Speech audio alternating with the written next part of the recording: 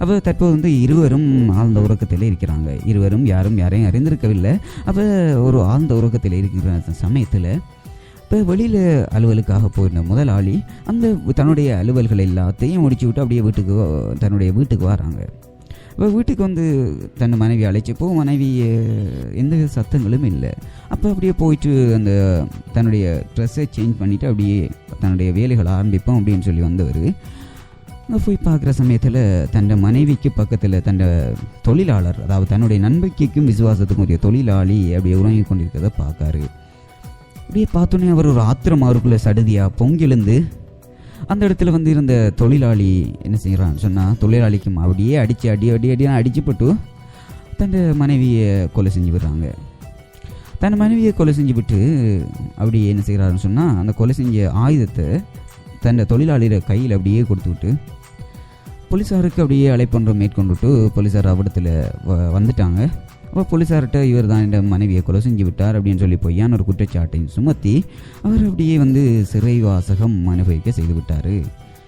இது அங்கே இந்த கதை நேயர்களே, நீங்கள் இந்த கதையிலேருந்து என்ன விஷயத்தை உணர வாரீங்க அப்படின்னு சொல்லி தான் அந்த காலையில் வணக்கம் தாமரை என்ற நிகழ்ச்சியினூடாக எங்கள் நேயர்களுக்காக ஒரு சூப்பரான ஒரு இதமான ஒரு சிந்தனை தான் நேயர்களே நாங்கள் இன்றைக்கு உங்களுக்கு சொல்ல போகிறோம். இந்த சிந்தனைகள் அனைத்தும் வழங்கப்படுவது எமது நேயர்களுக்காக கலையகத்திலே பலருட்ட நிகழ்வுகளும் தொகுப்புகளும் வழங்கப்படுவது தம்முடைய வாழ்க்கையை வளமாகவும் சீராகவும் அமைத்துக் கொள்ள வேண்டும் என்ற ஒரே ஒரு நோக்கமும் தவிர வேறு எந்த நோக்கங்களும் அல்ல. நஜ்மு மற்றும் ஈஸ்வரி, இது சம்பந்தமாக இந்த கதையிலிருந்து நீங்கள் எத்தகைய விடயங்களை உணர்ந்து கொள்ளுங்கள்? அதாவது செல்ல போனால் எங்களோட பொஸ் இருக்கிறானே, அவர பொஸ்ஸுக்காக வேண்டி அவரே சிறைவாசகத்தை அனுபவிக்கக்கூடிய இதாக இருக்கின்றது. அவற்றை கடமையை உணர்வை வந்துக்கிட்டு விசுவாசத்தையும் பாராட்டுகின்றோம் நாங்கள். நீங்கள் ஈஸ்வரி, நீங்கள் இது சம்மந்தமாக என்ன இந்த கதையிலேருந்து நீங்கள் என்ன விளங்குறீங்க? ஆமாம், வந்து இவங்களுக்குள்ள ஒரு சின்ன ஒரு தவறு கூட ஏற்படலாம். ஏன்னு சொன்னால் அந்த தொழிலாளி வந்து ஒரு நம்பிக்கையாக தான் அவர் வந்து அதை சொல்ல வைத்திருக்கிறார். அதே நேரம் இவர் வந்து செய்த தவறாக போயினும் தான் ஈஸ்வரி மற்றும் நஜ்மு சொல்வது போலல்ல, இந்த கதையில் ஒரு திருப்பம் உண்டு இருக்குது. இதுதான் நேர்களுக்கு நான் சொல்ல வர விடயம். நாங்கள் இந்த கதையை சொல்றது கூட அந்த ஒரு நோக்கத்துக்கு வேண்டித்தான், தவிர வேறு எந்த நோக்கங்களும் இல்லை. இங்கே நீங்கள் பார்த்தீங்கன்னு சொன்னால் கலையத்தில் எனக்கு கூட இருக்க ஆர்ஜிஎஸ் கூட ஒரு மாதிரி விளங்குறாங்க இல்லையா சகோதரர்களே? நாங்கள் அப்படி பார்க்க போனோம்னு சொன்னால் நேர்களே, நீங்கள் நான் அந்த கதையினோட சொல்ல வர இப்படி ஒரு தப்பான உங்களை ஒரு தவறான வழியில் நடத்துறதுக்காக அல்ல. இந்த கதையில் வந்து சில உண்மையான சம்பவங்களை எங்கள் நேயர்களுக்காக நாங்கள் சொல்ல போகிறோம். இது அன்றாட வாழ்க்கையில், அதாவது நாங்கள் தினசரி எங்களுடைய வாழ்க்கை போக்கில் நடைமுறைகளில் கண்டுகொள்ளக்கூடிய ஒரு விடயம் தான் இது. அந்த நடைமுறையில் உண்மையில் நடந்த செய்தியை வச்சு கொண்டு தான் நாங்கள் இன்று எங்கள் நேயர்களுக்காக இதனூடாக சில படிப்பினைகளை நாங்கள் சொல்ல காத்திருக்கிறோம். அது என்னன்னு சொன்னால் இதில் வரக்கூடிய படிப்பினை இதுதான். நன்கு கொஞ்சம் அவதானிங்க நேர்களே அப்படின்னு சொன்னால் இதில் வர படிப்பினை எப்படி என்னன்னு சொன்னால், இங்கே வந்து எந்த ஒரு விடயத்தையும் நாங்கள் செய்கிறதுக்கு முதல்ல, எந்த ஒரு விடயம் தொடர்பிலும் நாங்கள் தீர்மானம் எடுக்கிறதுக்கு முதல்ல அதை தீர ஆராய வேண்டும். இங்கு அந்த முதலாளி வெளியில் போய்விட்டார். தன்னுடைய தொழிலாளி உண்மையில் உடல் சோர்வினாலே போய் உறங்கினார். இங்கு மனைவி தன்னுடைய கணவனை நினைத்து உறங்கினார். ஆனால் இவர்களுக்கு இடையில் எந்தவித தவறும் நடைபெறவில்லை. சரிதானே? இங்கு இருவரும் வந்து விசுவாசிகள், முதலாளி விசுவாசிகள். இங்கு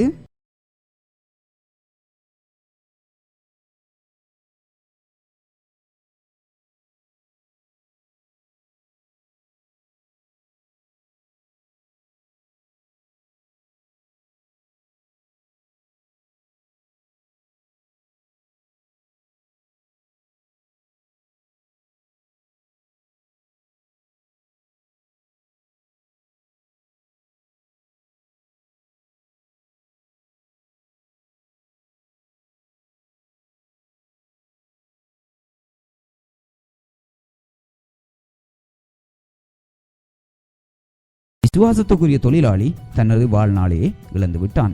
இங்கு இந்த கதையில் நேர்களை நாங்கள் சொல்ல வாரது, நான் திரும்ப அடிக்கடி சொல்ல வர விடயம் வந்து உங்களை தவறான வழியில் நடத்துவதற்கல்ல. இது ஒரு உண்மை சம்பவம், வாழ்க்கையில் நடைமுறையில் நடந்த ஒரு உண்மை சம்பவம் தான் நேர்களே. இங்கு இருவர் மனதிலும் எந்த விதமான அதாவது கசப்பான விடயங்களோ அதாவது கசப்பான உணர்வுகளோ காணப்படவில்லை. இங்கு நடைபெற்றது இரண்டு பேரும் அதாவது முதலாளி இரண்டு பேரும் நிலைமைகளையும் புரிந்து கொள்ளவில்லை என்பது மட்டும்தான்.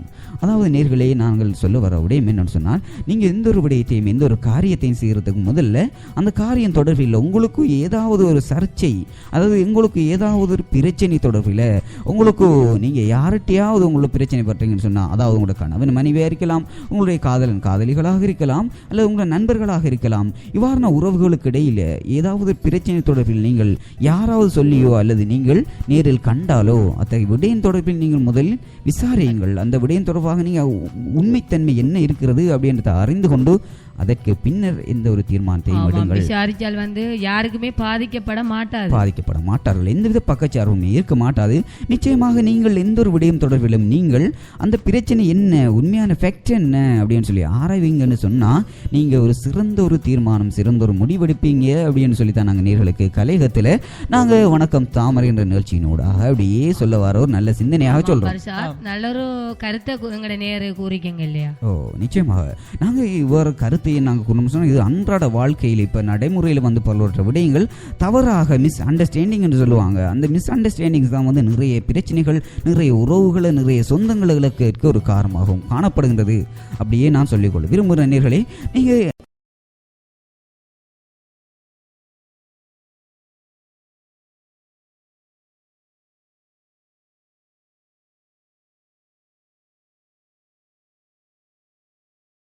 பாடல் எப்படியே பார்த்து விட்டு நாங்கள் நிகழ்ச்சியோட இருந்திருப்போம்.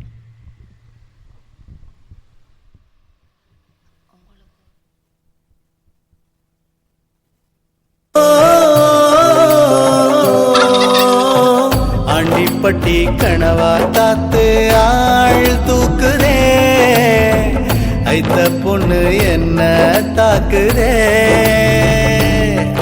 அடி முக்கா பொம்பளையே என்ன முழுசா நம்பலையே. அன்பு செல்வி, ஊர்ல வயசு பிள்ளைகளுக்கு முடியாம வராதா? காலையில இருந்து கிணறு வெட்டைகளுக்கு பார்த்து ரொம்ப டயர்டாகி போச்சு.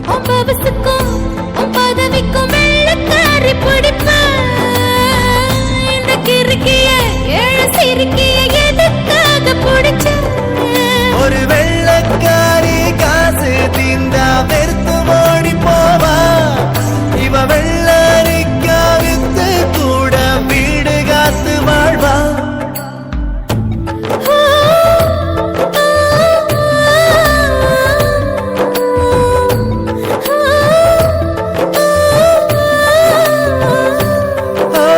தாலி கட்ட பண்ணிக்கிட்டோம் நிச்சயத்தை,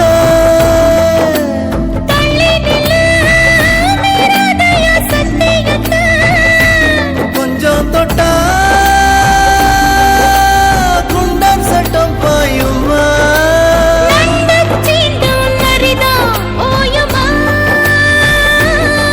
நீ மஞ்ச கருவேலம் பூவே அதில் மாசு தூசு ஒன்னும் சேரல, ஒரு மஞ்ச தாலி கட்ட போறேன் மாறாப்பு நான் தான் புள்ள.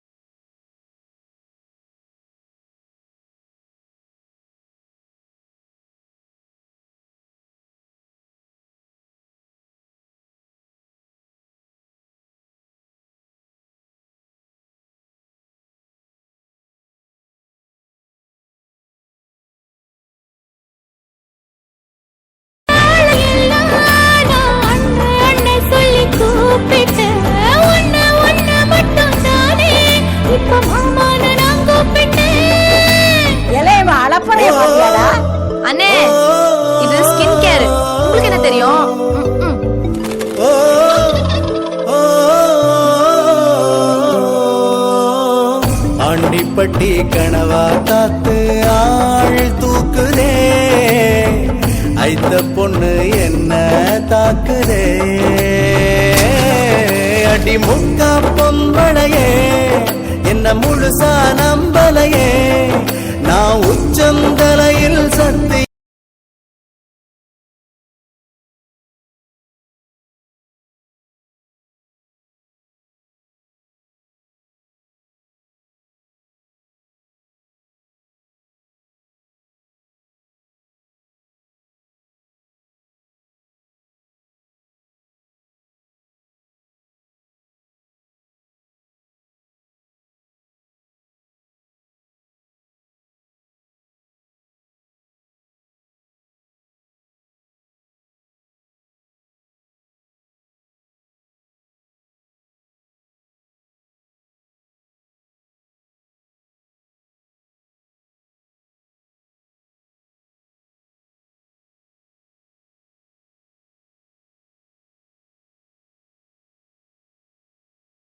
வணக்கம் தாமரை சூடாக நீங்கள் இணைந்திருக்கிறீர்கள். இணையதளத்தில் ஜொலித்துக் கொண்டிருக்கிறார் எமது தாமரை முதல்வன். நீங்கள் இணைந்திருப்பது வணக்கம் தாமரை நிகழ்ச்சியினூடாக நீங்கள் இணைந்திருக்கிறீங்க. காலையில் ஒரு உற்சாகமான ஒரு நல்ல ஒரு சிந்தனையை பார்த்துவிட்டு நாங்கள் வந்திருக்கிறோம். அதுக்கு முதல் நாங்கள் ஒரு நல்ல ஒரு பாடல் அப்படி பார்த்தோம் இல்லையா, தர்மதுரை திரைப்படத்திலே இடம்பெற்ற ஆண்டிப்பட்டி அப்படின்னு சொல்லி ஒரு அருமையான ஒரு பாடல் அப்படி பார்த்துவிட்டு தான் நாங்கள் நிகழ்ச்சியில நாங்கள் உற்சாகமாக இணைந்திருக்கிறோம். நேர்களே நாங்கள் சொல்ல வர விடயம் என்ன சொன்ன இன்றைய நச்சிந்தனையூடாக நாங்கள் பார்த்த விடயம் எந்த ஒரு விடயத்தையும் ஒரு சந்தேக கண் கொண்டு, அதாவது ஒரு சந்தேக கண் கொண்டு எந்த நிலைமையும் உண்மையை அறிந்து கொள்ளாது, சந்தேக கண் கொண்டு எதையும் பார்க்காது, அதனுடைய உண்மையான நிலைமை அறிந்து உணர்ந்து அதற்கேற்ப விதத்தில் தீர்மானங்களை எடுங்கள் அப்படின்னு சொல்லி ஒரு நல்ல ஒரு சிந்தனையை நாங்கள் கூறிக்கொள்கின்றோம் எமது நேர்களுக்காக. எது எவ்வாறு இருந்தாலும் நாங்கள் நேரத்தை ஒருக்கா சரி பார்த்து விட்டு அப்படியே நிகழ்ச்சியுடன் இருப்போம். தற்போது நேரம் 9:58 நீங்கள் தொடர்ந்தும் எம்மோடு இணைந்திருக்கலாம். 11 மணி வரை நீங்கள் எம்மோடு கலையகத்தில் எப்படியே இணைந்திருக்கலாம்.